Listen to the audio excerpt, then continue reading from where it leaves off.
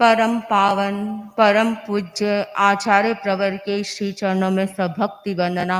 आदरास्पद साधु साध्यवृंद, समणेवृंद, मुमुक्षुवृंद, उपस्थित भाइयों एवं बहनों, सम्यक दर्शन आध्यात्मिक विकास की आधारशिला है।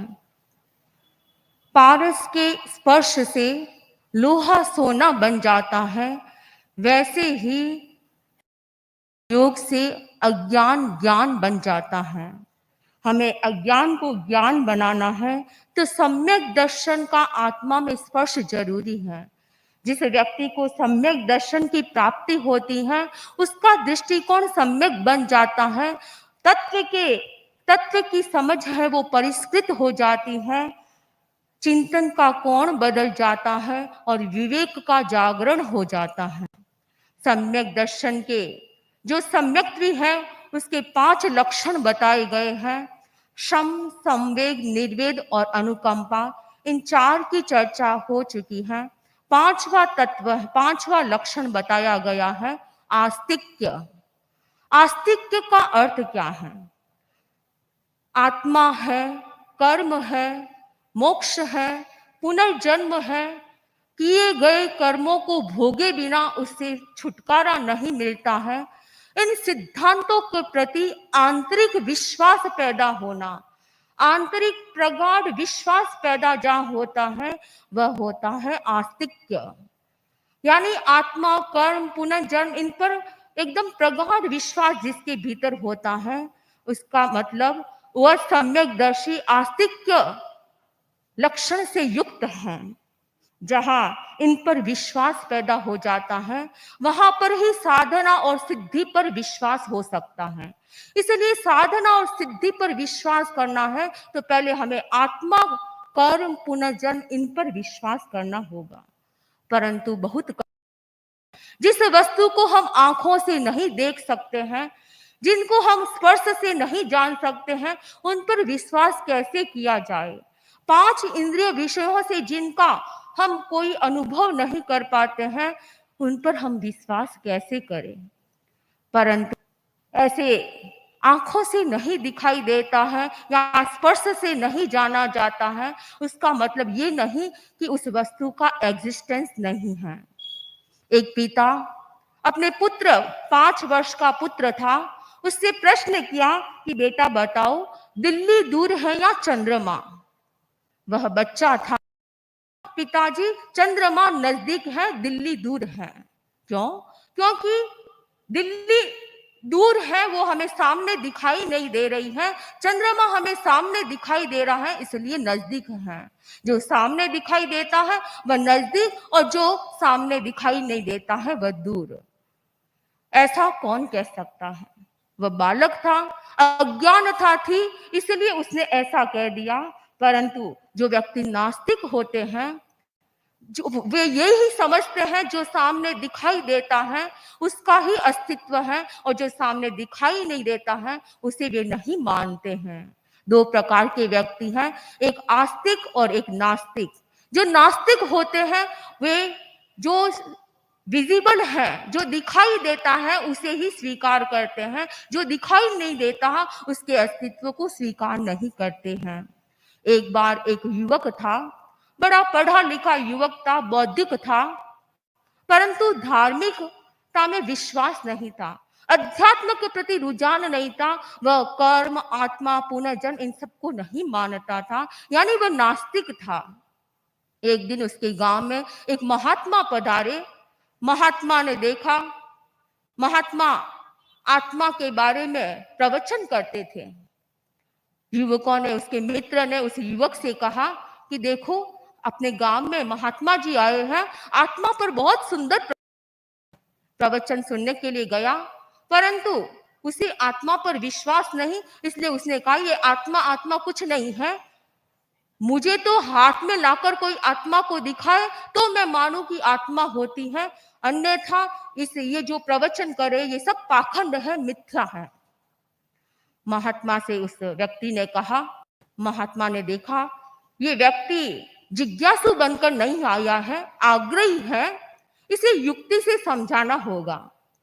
महात्मा इधर उधर देखने लगे। उस युवक ने कहा, वो थोड़ा व्यवहारिक था, उसने कहा, महात्मा जी क्या ढूंढ रहे हैं? कि मुझे थोड़ा दूध चाहिए। उसने कहा, अभी मैं लेकर आता हूं। वह व्यक्ति बाहर गया और एक प्याला भरकर दूध लेकर आ गया। दूध को महात्मा जी को दिया।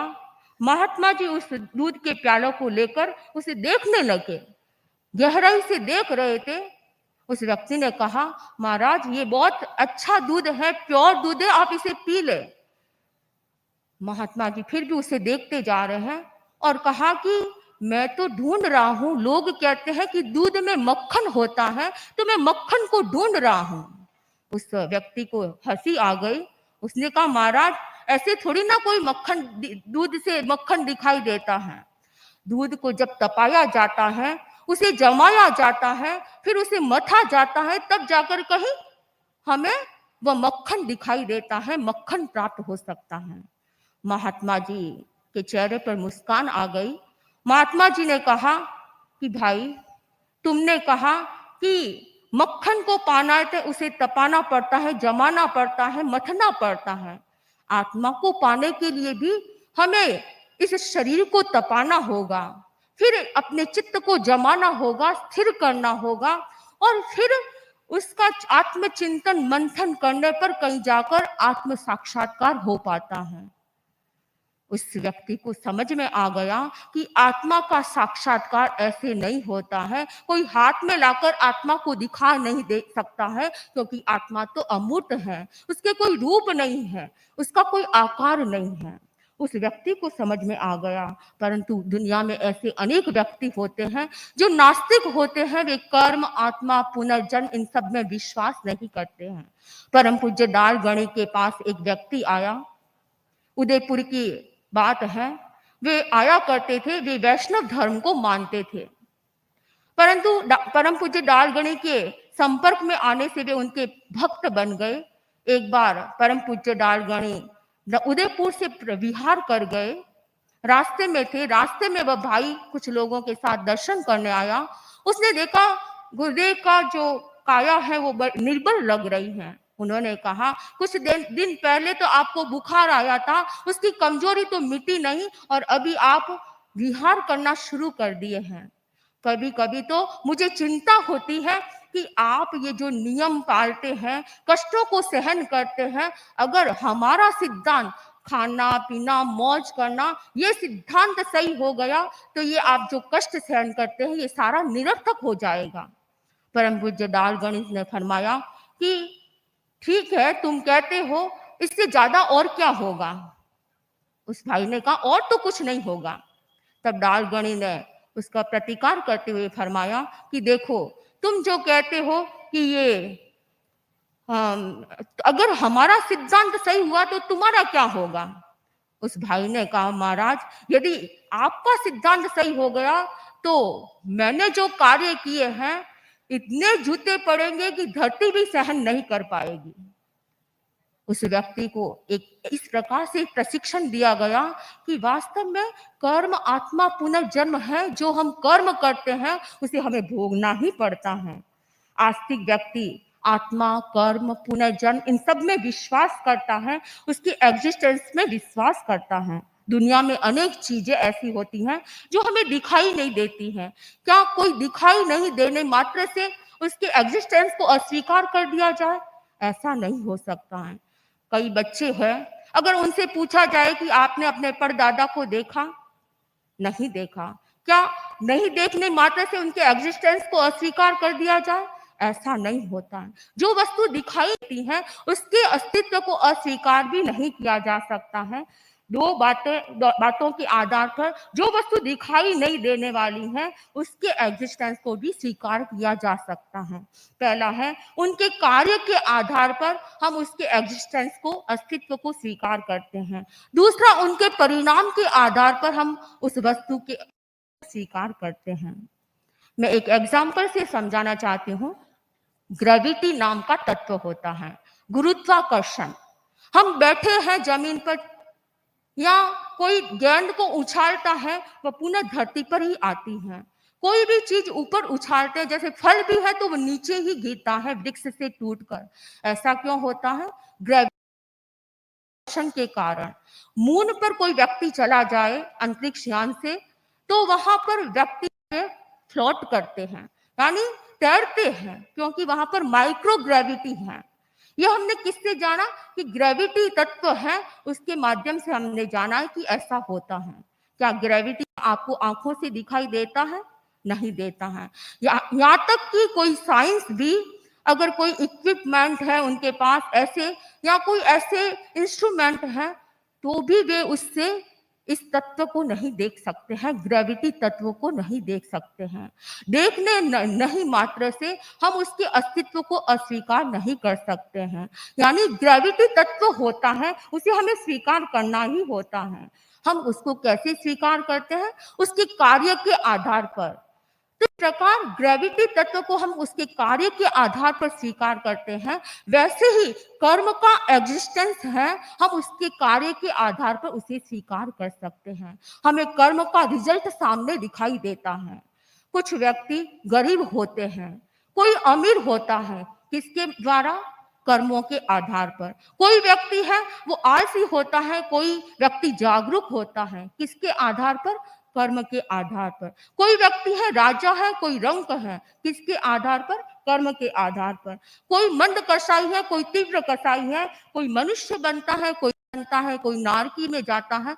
ये सब किसके आधार पर होता है? ये सब इनविजिबल कर्म के आधार पर होता है। और हम ये इस रिजल्ट के आधार पर हम जानते हैं कि कर्म होता है, पर उसके कार्य विजिबल है, कर्म विजिबल नहीं है, कर्म हमें दिखाई नहीं देता है।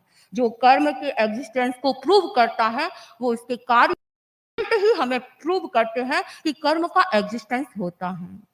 कुछ लोग होटल जाते हैं, होटल में जैसे ही कमरे में पैर रखते हैं, लाइट पंखा शुरू हो जाता है। आप जान जाते हैं कि यहाँ क्या लगा हुआ है? सेंसर लगा हुआ है। कई बार बाथरूम में जाते हैं, लाइट ऑन हो जाती है, पैर जैसे ही रखते हैं, किसके आधार पर जाना? यहाँ पर कोई सेंसर नीचे लगा हुआ है, इसके आधार पर आपने जान लिया कि लाइट पंखा इस कारण शुरू हुआ है। सेंसर आपको दिखाई देता है?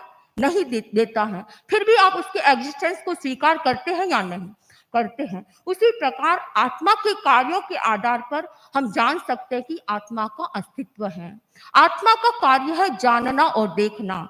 ज्ञान और दर्शन आत्मा के कार्य हैं। इस लोक में जितने जीव हैं, प्रत्येक जीव में थोड़ी मात्रा में या ज्यादा मात्रा में ज्ञान की स्थिति होती है। ज्ञान अवश्य होता है। यदि ज्ञान नहीं हो, ज्ञान ही उसका भेद करता है जीव है या अजीव है। यदि ज्ञान स्वीकार न करे किसी जीव में, तो वह जीव नहीं रह पाएगा। इसलिए हम ज्ञान के आधार पर, दर्शन के आधार पर जान सकते हैं कि आत्मा का अस्तित्व होता है। ज्ञान आत्मा का गुण है, इसके आधार पर हम आत्मा के एग्जिस्टेंस को स्वीकार कर सकते हैं। जहाँ कर्म है, आत्मा है, पुनर्जन्म है, इनमें संदेह होता है, शंका होती है और विश्वास होता है, वहाँ संयुक्त गुण प्रकट नहीं हो सकता है। यदि हमें संयुक्त से युक्त बनना है तो हमें इन सब पर विश्वास करना होगा। गंधर्ववाद में इंद्र, भूति, गौतम आदि 11 गंधर्वों का उल्लेख आता है।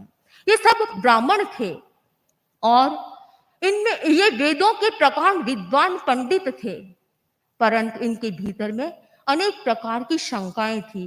किसी को कर्म को लेकर शंका थी, किसी को जीव को लेकर शंका, किसी को परलोक लेकर शंका थी। वे भगवान महावीर के समवसरण में पहुंचे।